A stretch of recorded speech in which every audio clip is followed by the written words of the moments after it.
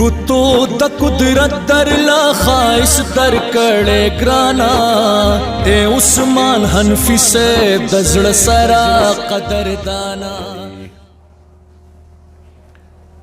ونعوذ باللہ من شرور انفسنا ومن سیئات اعمالنا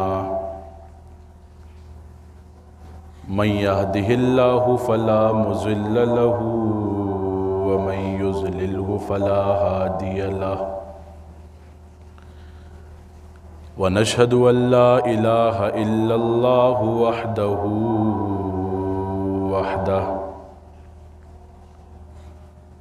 ونشهد أن سيدنا ومولانا محمدا عبده ورسوله.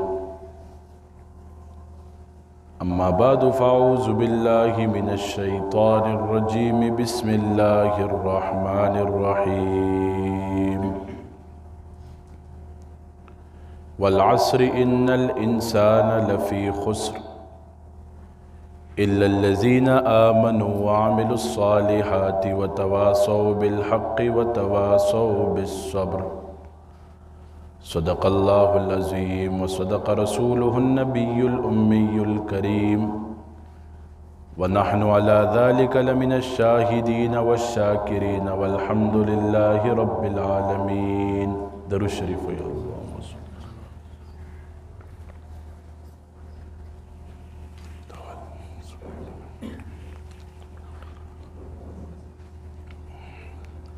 عمل سے زندگی بنتی ہے جنت بھی جہنم بھی.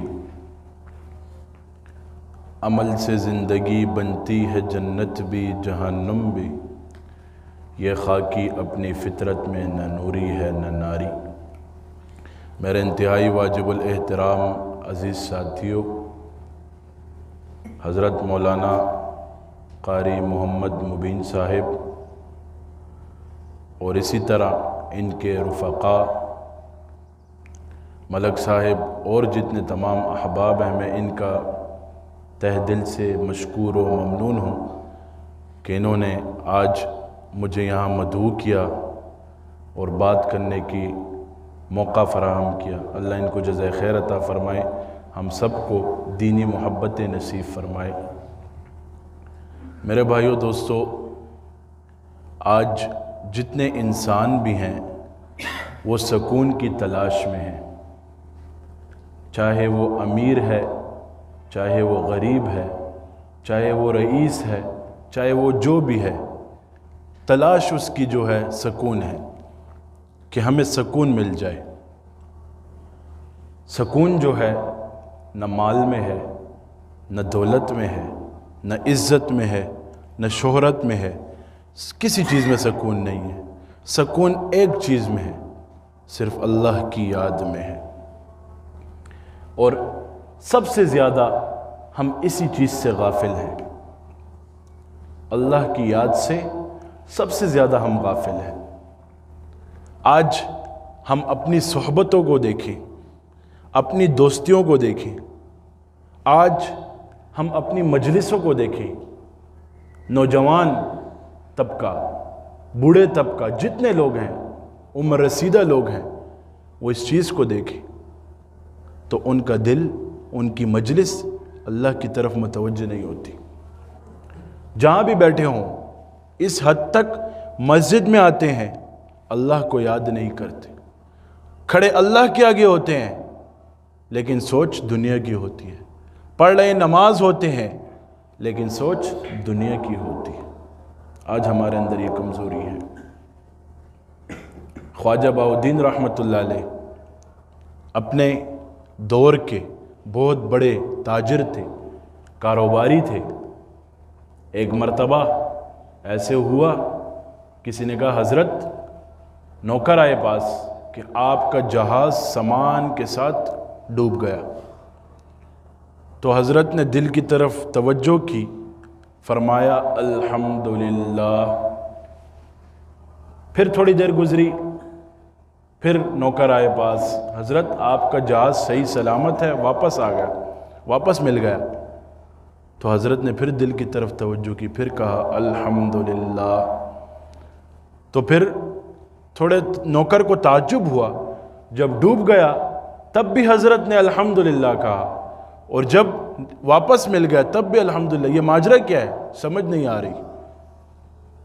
تو خواجہ بہاءالدین رحمۃ اللہ علیہ انہوں نے فرمایا میں اس چیز پہ ناراض نہیں تھا کہ میرا جہاز ڈوب گیا، میں دل کی طرف توجہ میں نے اس لیے کی، میں متوجہ اس لیے ہوا کہ کہیں یہ دل تو نہیں ڈوبا، کہیں یہ دل اللہ کی یاد سے غافل تو نہیں ہوا۔ اگر یہ اللہ کی یاد سے غافل ہو گیا ایسے میری زندگی اور میری دنیا آخرت ڈوب گئی۔ مال تو آنے جانے کی چیز ہے، آج ہے کل نہیں ہے، کل ہے آج ہے، کل نہیں ہے آج ہے۔ مال تو ایسی چیز ہے، آج ہم نے سب کچھ کیا سمجھا ہوا ہے؟ مال کو سمجھا ہوا ہے۔ آج ہم نے اپنا تزکیہ نہیں کیا، آج ہم اللہ والوں کی صحبت سے دور رہے ہیں، اسی لیے ہماری زندگی خسارے میں رہی ہے۔ یہ دل جو ہے نا یہ بہت عجیب چیز ہے، بہت عجیب چیز ہے۔ اس کو اگر آپ نے نیکی کرنے کی ترغیب نہیں دی تو یہ آپ کو بدی کی طرف خود بخود مائل کر دے گا، اور جب اس پہ زنگ لگتا ہے تو ایسا زنگ لگتا ہے کہ وہ کوئی نہیں دھو سکتا، صرف اللہ والوں کی نظر کے علاوہ اور ان کی صحبت کے علاوہ اس کو کسی چیز نہیں کوئی چیز اس کو نہیں دھو سکتی۔ حضرت ابراہیم علیہ السلام پہ وہی ہوئی، حضرت ابراہیم علیہ السلام پر کیا ہوئی؟ وہی ہوئی۔ فرمایا کہ اپنے دل کو دھو لیا کرو۔ تو حضرت ابراہیم علیہ السلام نے اللہ تعالیٰ سے فرمایا کہ اے اللہ دل کو کیسے دھوئیں گے؟ یہاں تک تو پانی نہیں پہنچتا۔ کیا نہیں ہوتا؟ یہاں تک پانی نہیں پہنچتا۔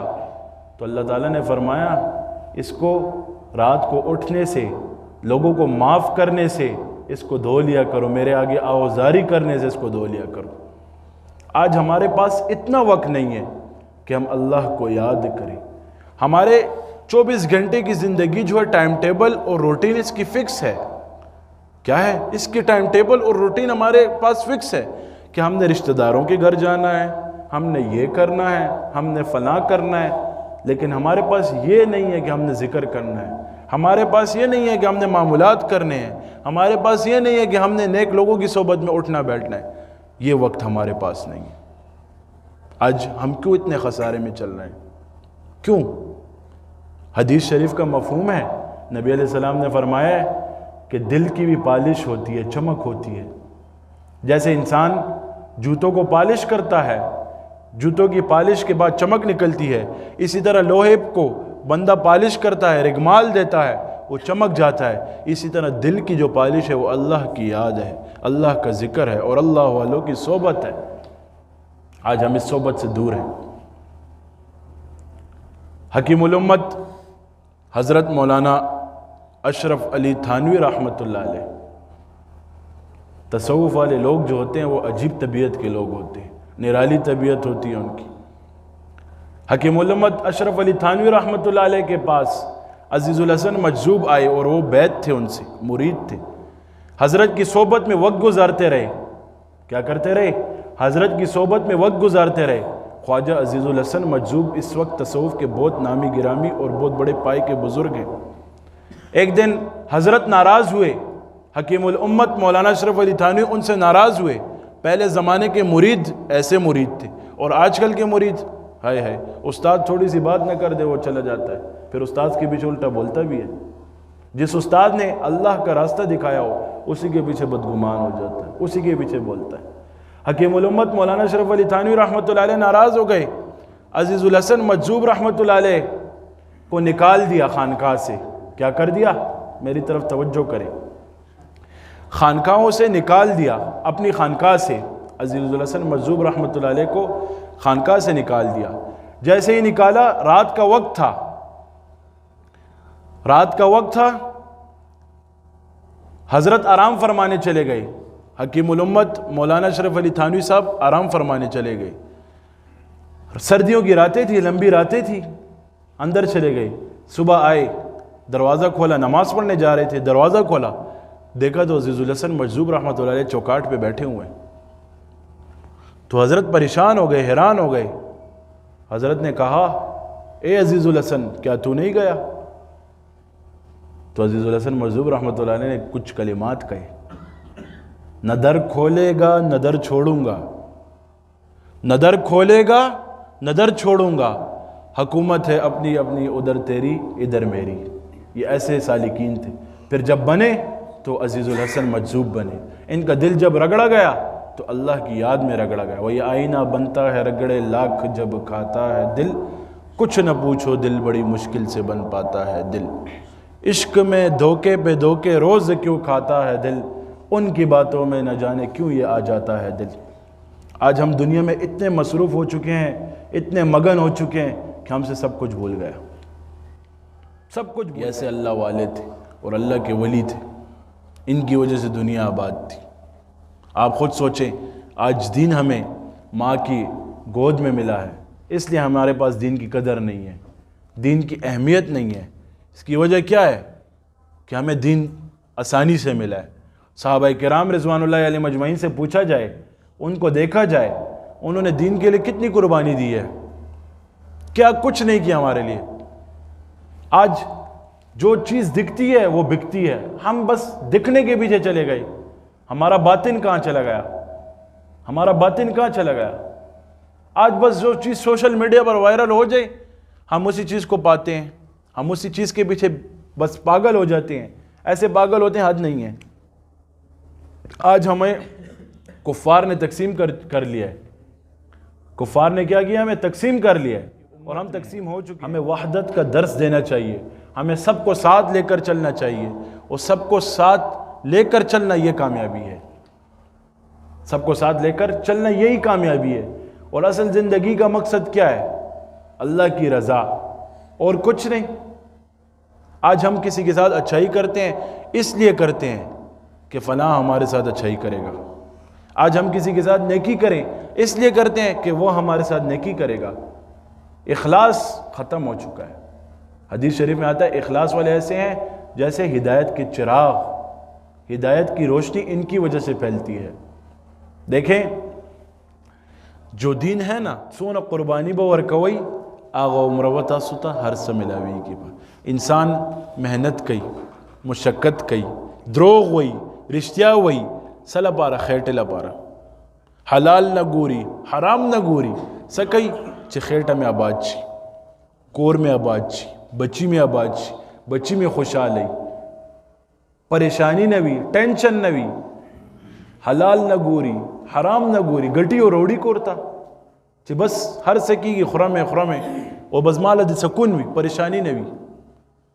سونا تیاری کئی, کور جوڑی, بنگلے جوڑی, لیکن منگ کل دا سوچ کڑے دے چھ زمونگ یو دا سے پمنگ باندے مرحلہ را روان دے, پمنگ باندے دا سے منزل را روان دے چھ آغا جوند ابد الاباد دے, آغا جوند نہ ختمی گی. آغا کہ منگ فمن یعمل مثقال ذرت خیرا یرا ومن یعمل مثقال ذرت شرا یرا.